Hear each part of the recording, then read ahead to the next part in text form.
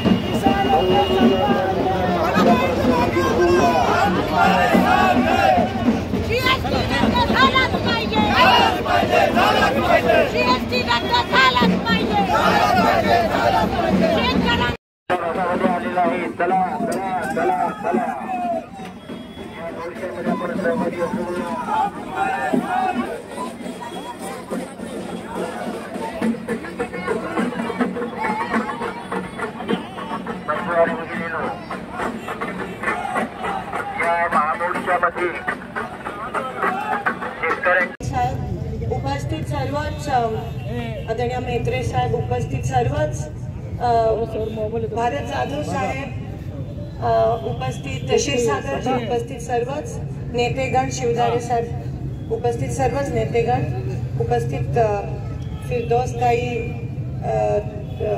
त्या ठिकाणी उपस्थित सर्व नगरसेविका, सर्व जिल्ह्यातून सीमाताईंचे अखरीचे सरपंच, सर्व सोलापूर लोकसभा मतदारसंघातून आलेले सर्व नेतेगण, सर्व माझे मायबाप शेतकरी, सर्वच माझे बंधू आणि भगिनींनो आणि वडीलधारी मंडळी आणि सर्व पत्रकार बंधूंनो, सकाळपासून सगळे शेतकरी इथे आलेत. उन्हाचा तीव्र ऊन आहे, तरी तुम्ही इथे सहभागी झाला त्याबद्दल तुमचे मनापासून आभार मानते.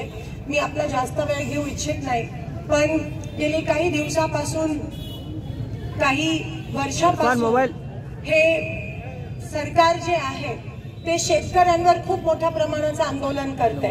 जेव्हा मी लोकसभेच्या प्रचारासाठी ठिकठिकाणी गाव पातळीला वाड्यावर फिरत होती, तेव्हा अनेक शेतकरी रडकुंडीच्या पाळीला आलेले, रडकुंडीच्या पाळीला, आणि रडून मला सांगायचे की ताई आमचं दुःख दूर करा. आणि त्यावेळेस मला वाटायचं की मी काही देव नाहीये, पण आपण मायबाप सरकार म्हणतो, पण हे बीजेपीचं सरकार हे मायबाप सरकार नाहीये. हे उलट मायबाप शेतकऱ्यांच्या पोटावर पाय देणारं हे राक्षस सरकार आहे, हे मला तीव्रपणे. मग मंगळवेढा असू दे, मोहोळ असू दे, पंढरपूर, दक्षिण, अक्कलकोट, सगळ्या शेतकऱ्यांना जीएसटीचा त्रास एवढा झालेला. एकीकडे 18,000 रुपये द्यायचं नाटक करतात पीएम किसानच्या योजने, पीएम किसान मधून, पण दुसरीकडे मुद्दामून बंद केला, आणि दुसरीकडे 18,000 रुपये 18% जीएसटी देऊन तुमचे घेतात. जेव्हा काँग्रेसची सत्ता होती तेव्हा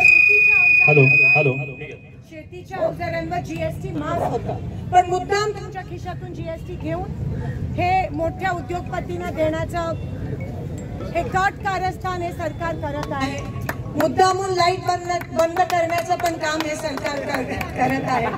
7.5 HP लाईट बिल माफ केलं, पण अर्ध्या जणांचं त्याच्यावरचं असतं, आणि म्हणून 7.5 HP वरचं लाईट बिल माफ करायला पाहिजे, ही आमची मागणी आहे सरकारकडे. आज ओला दुष्काळ सगळीकडे सोलापुरात झाला आहे.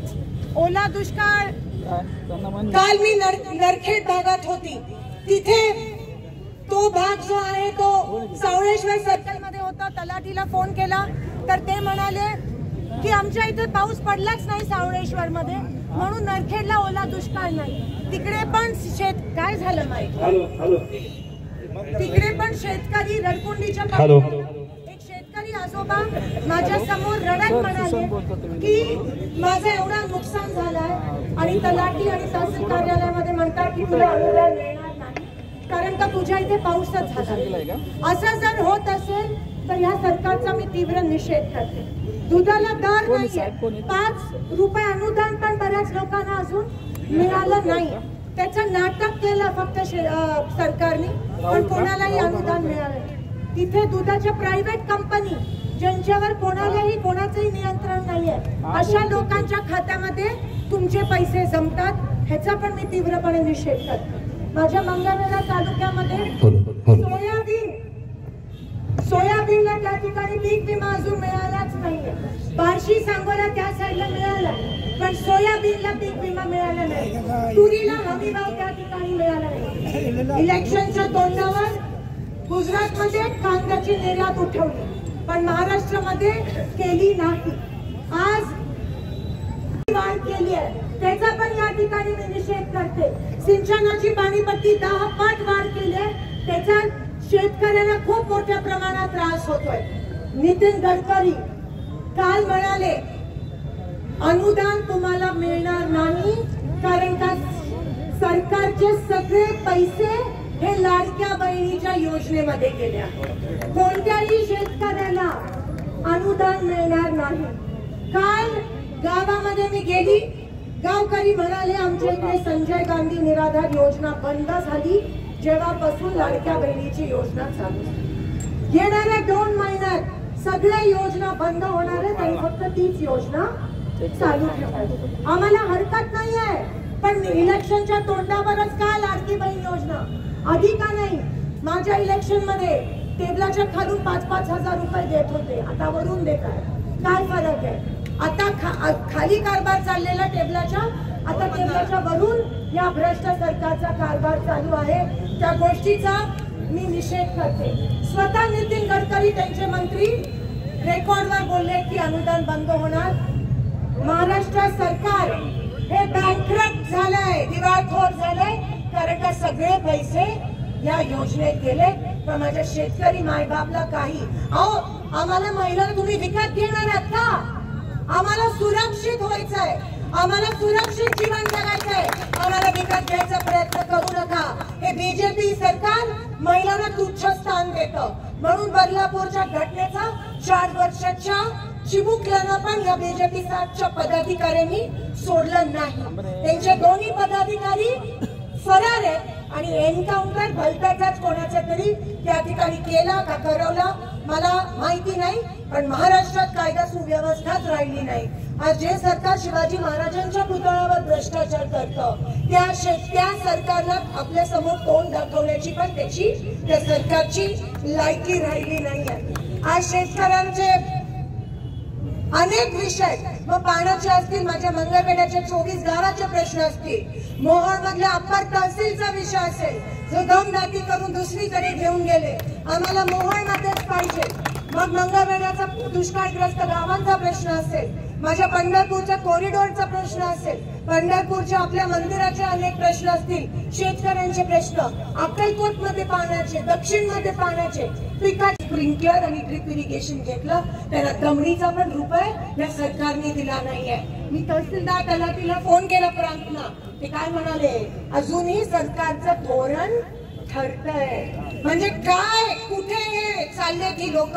एवढा तुमच्यावर अन्याय होत असेल तर आजचा मोर्चा त्यासाठी आहे की हे सरकारचं, हे खरं तर निगरगट सरकार आहे, डोळे उघडणार नाहीये. शेवटी सत्ता बदल जेव्हा होईल तेव्हाच शेतकऱ्यांना महाविकास आघाडीच्या माध्यमातून न्याय देण्यात येईल. आमच्या सोलापूरकरांना पण एवढ्या मोठ्या पद्धतीत फसवलंय. तुमच्या माहितीसाठी परवा विमानतळाचं उद्घाटन झालं. आम्हाला विमानतळ नकोय, आम्हाला विमान सेवा पाहिजे. विमानतळ आपल्या सोलापुरात गेले 50 वर्ष आहे. तिकडे शिंदे साहेबांच्या माध्यमातून 40-50 मोठी विमान सेवा लँड झाल्या, एअरक्राफ्ट लँड झाले. आणि ह्यांनी काय केलं, आता फक्त एअरपोर्टचं सुशोभीकरण केलंय. सुशोभीकरण करून काय विमान लँड होणार आहे तिकडे? विमान सेवेचा नामो निशान नाहीये. जोपर्यंत विमान सेवा येत नाही तोपर्यंत IT पार्क येणार नाही. पण मी तुम्हाला सांगू इच्छिते की स्टार अलायन्स विमान सेवेशी आम्ही काँग्रेसच्या माध्यमातून, मी स्वतः त्यांच्याशी बोलत आहे आणि आपल्या माध्यमातून ती, आता बघा मी आज हे बोलली ना, लगेच उद्या धावपळ करते. तुमच्या अक्कलकोटचे खासदार आमदार तर पहिले येते. तुमच्या माहितीसाठी विमानतळाचं जेव्हा खोटं उद्घाटन झालं, आदरणीय मोदीजींच्या हस्ते 11 आमदारांपैकी भाजपचा एकच आमदार त्या ठिकाणी उपस्थित होता, बाकी 10 आमदार उपस्थित नव्हते. एक आमदार म्हणाला मला आमंत्रणच मिळालं नाही, एक आमदार म्हणाला मी महाराजाच्या दर्शनाला गेलेलो, बाकी 9 जणांचा आता पत्ताच नाही. म्हणजे तुम्ही बघा कुठे नेऊन ठेवलं हे. त्यांचे स्वतः आमदारांना माहितीये की हे फसवा सरकार आहे. बारे मोदी तेरा खेळ. अजून किती फसवणार तुम्ही आमच्या लोकांना. आणि म्हणून अनेक असे विषय आहेत ज्याच्यावर आपण आज सरकारला वेठीस त्या ठिकाणी धरत आहोत. आणि आपला हा तीव्र आंदोलन, आपला तीव्र मोर्चा हा रस्त्यावर येऊन आपण अजून तीव्र करणार आहोत. सर्व शेतकरी मायबापांसाठी, सर्व माझ्या महिला भगिनींसाठी. विडी कामगारांचा पण टांगती तलवार आहे त्यांच्या डोक्यावर. त्यांना किमान वेतन मिळत नाहीये, शेतकऱ्यांना हमी भाव त्या ठिकाणी मिळत नाहीये. महाराष्ट्रात सोयाबीनसाठी एक रेट आणि मध्य प्रदेशमध्ये एक रेट, असा तुझा भाव आमच्या महाराष्ट्रासोबत तुम्ही का केलाय. आणि म्हणून बीडी कामगार, यंत्रमाग कामगार, मोदीजी आले आणि म्हणाले आम्ही यंत्रमागांसाठी युनिफॉर्मचं काम देऊ. मोदीजी यंत्रमाग कारखाने चादर आणि टॉवेल शिवतात, युनिफॉर्म शिवत नाही. एवढं पण माझ्या देशाच्या पंतप्रधानांना माहिती नसेल तर ही शोकांतिका आहे. फक्त येऊन शोबाजी करून आज एवढी उद्घाटनं केली ऑन पेपर. GR काढतात, दुसऱ्या दिवशी फोन करून सांगतात तो GR रद्द कर. म्हणजे GRचं पण या लोकांना काही गांभीर्य राहिलं नाहीये. असं खालच्या पातळीला हे सरकार आणलंय. महाराष्ट्रात अशी असंस्कृत लोक कधीच नव्हती. महाराष्ट्राला आज तुमच्यामुळे एवढे वाईट दिवस आले. तुम्ही महाराष्ट्राची मान झुकवली तुमच्या या घाणेरड्या राजकारणामुळे. त्याचा पण मी तीव्र निषेध करते. या शेतकऱ्यांना शब्द देते की महाविकास आघाडीचा प्रत्येक कार्यकर्ता, प्रत्येक आमदार आणि खास तुमची ही लेक, तुमची मुलगी, तुमची बहीण ही प्रत्येक क्षणाला तुमच्या सोबत उभी आहे. तुम्ही धीर धरा. आपल्याला लढायचंय, आपल्याला जिंकायचंय. हा किल्ला आपल्याला लढायचा आणि जिंकायचा आहे. आणि तुम्ही सगळ्यांनी आज या मोर्चाला साथ दिली. तुम्ही सगळे आला, सगळे नेते मंडळी पण आले. मी हात जोडून विनंती करते की जी एकी आपण इलेक्शनच्या आधी दाखवली आहे ती एकी आपण इलेक्शनच्या नंतर पण दाखवावी या शेतकरी मायबापासाठी. एवढीच तुम्हाला विनंती करते. आणि जे जे आले त्यांना विनम्रतेपूर्वक मी आभार मानते की तुम्ही मला तुमची सेवा करण्याची संधी दिली. मी माझ्या शेवटच्या श्वासापर्यंत तुमच्या सुखदुःखात सामील आहे आणि तुमची सेवेसाठी हजर आहे. तुमची सेवा मला करायला मिळते. ह्याच्यापेक्षा अजून भाग्य काय असू शकतं. एवढंच या ठिकाणी मी सांगते. आणि पुन्हा एकदा आपल्या सगळ्यांचे आभार मानते. खास करून आमच्या पत्रकार बंधूंचे आभार मानते. तुम्ही पण आमचा आवाज हा सगळीकडे पोहोचवा आणि मोदींचा आवाज थोडा गप्प करा एवढीच विनंती करा. धन्यवाद. जय महाराष्ट्र.